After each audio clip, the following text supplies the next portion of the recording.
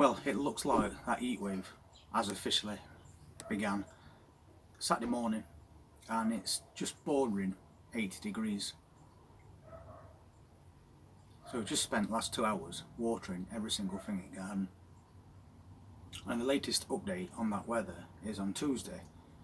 It's going to peak at 103. So we need to keep his eye on everything over the next 4 days. So while we're on that subject, let's go and take a look at how things are getting on at the moment. Still got lots of sunflowers in flower at the moment, although some are quite interesting, like this one. That's one plant, and it's got 10 separate flowers on it. We have got one or two that's got more than one flower on, but I've never seen 10 on a dwarf sunflower before. Those mini pop sweet corns are looking good, and they've shot up a bit actually over the last couple of weeks. They were very small, but obviously this change in temperature has given them a little bit of a push. And these ones have now got the pollen heads on.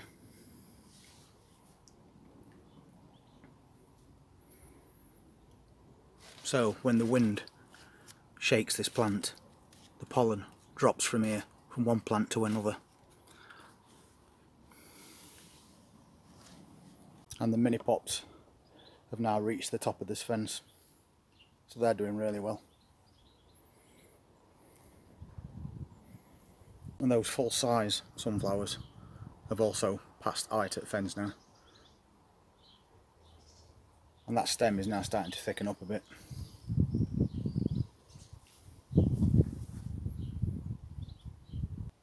All these asters still look really good. Still no problems with slug damage or anything. Still a nice bit of colour on this planter. And those peas that were planted behind have now started getting pods on them. So we'll be getting some mini harvests from this plant as well. Which is a good thing, because this one is starting to get a little tired now. But we have took lots and lots of peas off it. But we have planted some more just here, and they're now starting to crawl up this wire. So we'll get a later harvest from those. Those tomato plants that we popped outside are actually doing really well. No fruit at the moment, except for this one just here. But looking really healthy, and they're growing. Some of these spring onions are ready for harvest as well now. A few are falling over.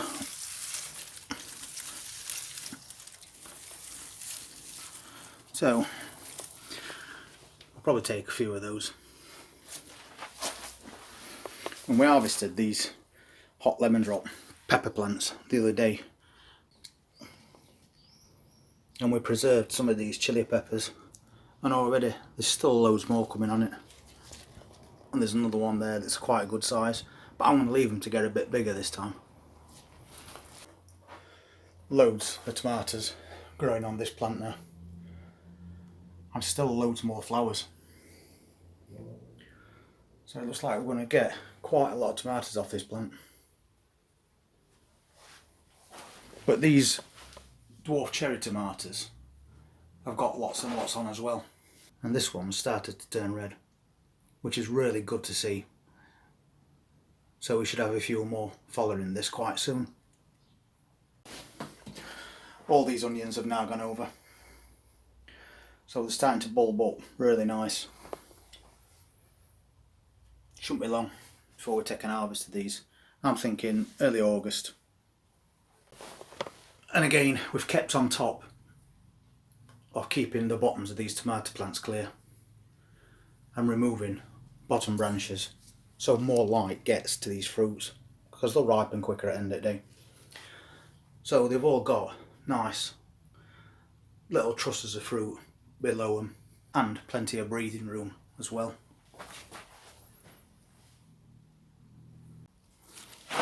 And this one has got a branch just above that fruit, so that can come off. We don't need that. It'll just be one that I missed, and the one next to it as well, that can go, serving no purpose at all, even this one. Now those tomatoes have got a lot more light.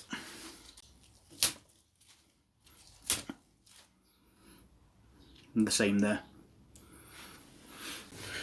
We've also done some cleaning up in this one as well.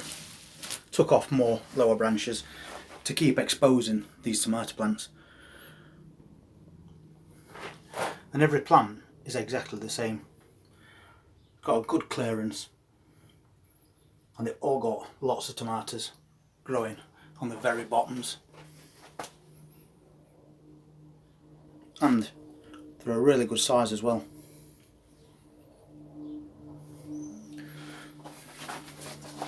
And we still keep getting more and more cucumbers from these plants. We've already took about 6 cucumbers so far. Now there's another one that's ready. So we'll get some of those pickled. This plant's also got one growing again. And you can take them when they're relatively young like this if you wanted to. And then you could just pickle those whole. And those replacement French beans that we did are now virtually at the tops of these poles. And they've already started providing us with young green beans. And we've got more tomato plants in here as well. Just want to see how they go. Those potatoes are looking pretty good. But we've got a lot of weeding to do today. And those peppers seem to be doing okay. We put them in recently because all the cauliflowers went to seed with the heat. So to utilise that space for longer, we've put all these sweet bell peppers in instead. And we've also got snowball onions in there and some carrots. And these potato plants are doing the best to hold on after being battered by all that wind. Some are looking a little bit worse for wear, but they're still upright at the moment, and that's all that matters. And most of these onions in this bed have gone over now, except for this one, but we can just push that one over ourselves. But we've got some really good sized onions in here.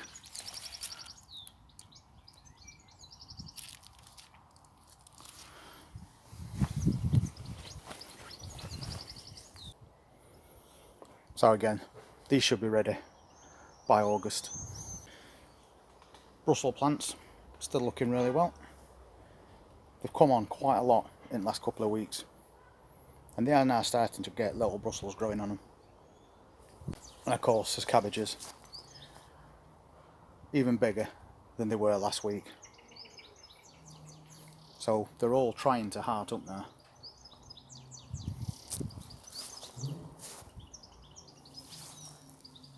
Especially that one. That strawberry patch is looking really well. We keep taking little harvests of strawberries every other day. And again, more tomato plants. Starting to get some size to them now, considering when we did put them in quite a while ago, they looked a bit worse for wear. Didn't think they were going to make it actually, but they've just got a new spur to life. And then we've got the same thing in this greenhouse. More tomato plants, all cleared at the bottom. And we've potted on all these bell peppers quite recently because they're good sized plants and they're only in little 2 litre pots. So we've moved them and now they're starting to get some good sized peppers on, which is brilliant. And we've only moved them in to 10 litre pots, but that's enough for these plants. This one has got 3 growing on it.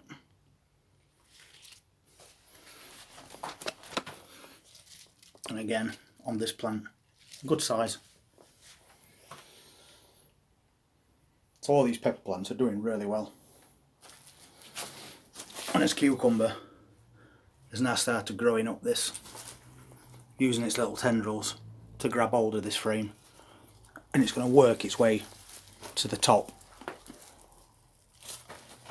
And again, we keep getting little cucumbers growing.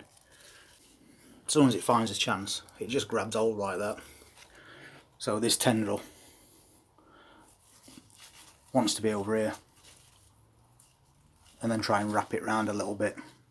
And this part of the garden has gone mad again. It's nice to see these flowers absolutely everywhere. Most of them are self-seeding as well.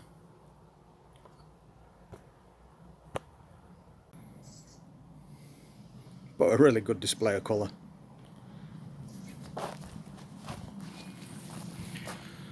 And its pears on this pear tree are now even bigger. And this is a dwarf patio one.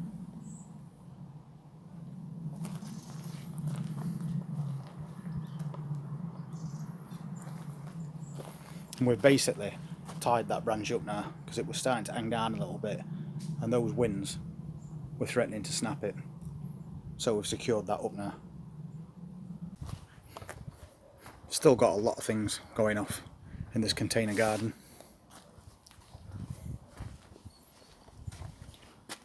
More strawberries.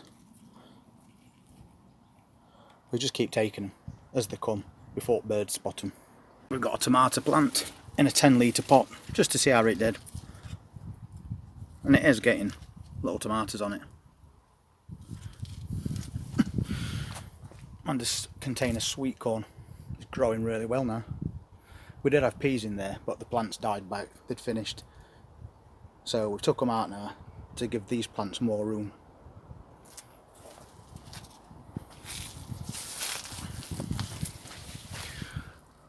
And this old bath has got a couple of cauliflowers in it and another couple of tomato plants. But again, there's plenty of fruit growing on these little things. So we've just popped a couple of sticks in to hold them up. This looks like another potato reveal coming soon as the plant's gone now. So we'll get round to that at some point. Pepper plant's still looking really well, and again, got fruit on.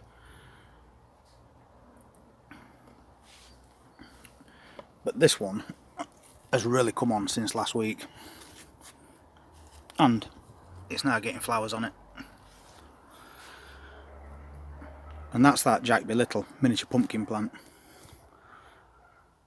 couple of weeks ago it was quite small, so it's doing really well in this container. Hopefully we can get it to grow up that.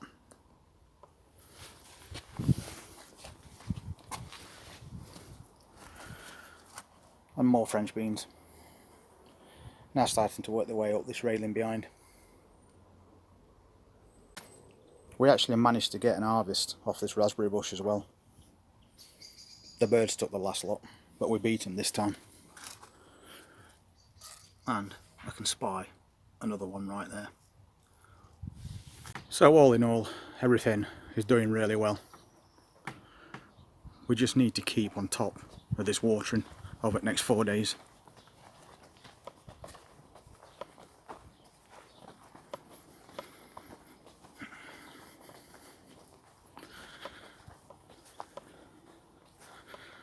Just so we don't lose anything. So, as you can see from my little walk round garden, there's lots and lots of things going off in various places. We've got loads of tomato plants that's full of tomatoes, and we've also got that little cherry tomato that's now starting to turn red, which is encouraging to see, because you know all the rest will soon be following suit. We've got sweet corn plants that's over 4 feet now and starting to get the little pollen on top. So everything there is doing perfectly fine. So just as we're hitting mid-July, we get this heatwave, which is going to be threatening to quite a lot of plants. But for sake of a little walk round, you might just spot a plant that's looking a bit distressed because it's drying out too quickly. And that's the only thing we can do over the next 4 days, is just keep his eyes on everything, because we don't want to lose one single plant, and especially ones that are already fruiting. And we've just spotted that little 10-litre pot with a potato plant in it that's now looking a bit tired. So I think we'll get that emptied as well over the weekend and compare it to the ones we've previously done, because we seem to be getting an average of 1.7 pounds of potatoes per 10-litre pot, which is still good. So we'll have a look over the weekend what's in that one as well. And once you do get a big glut of food and you're wondering what to do with it, why not pop over to my cooking channel, because there's loads and loads of recipes on there for making soups, sauces and curries out of homegrown produce like this, and they're also freezable, so you can make a batch up, pop it in your freezer, and then it's there when you want it. So there's a link in the description for the cooking channel, so I'd appreciate it if you popped over there, and while you're over there, why not subscribe to that one as well, because you can use this channel for elk growing and harvesting, and then that channel will give you loads of ideas of what to do with excess amounts of produce. And if you want to see what else to do over the next few days, then please just hit that subscribe button, press that notifications bell. Anyway, be safe up at weekend, keep yourself hydrated, and thank you very much for watching this video.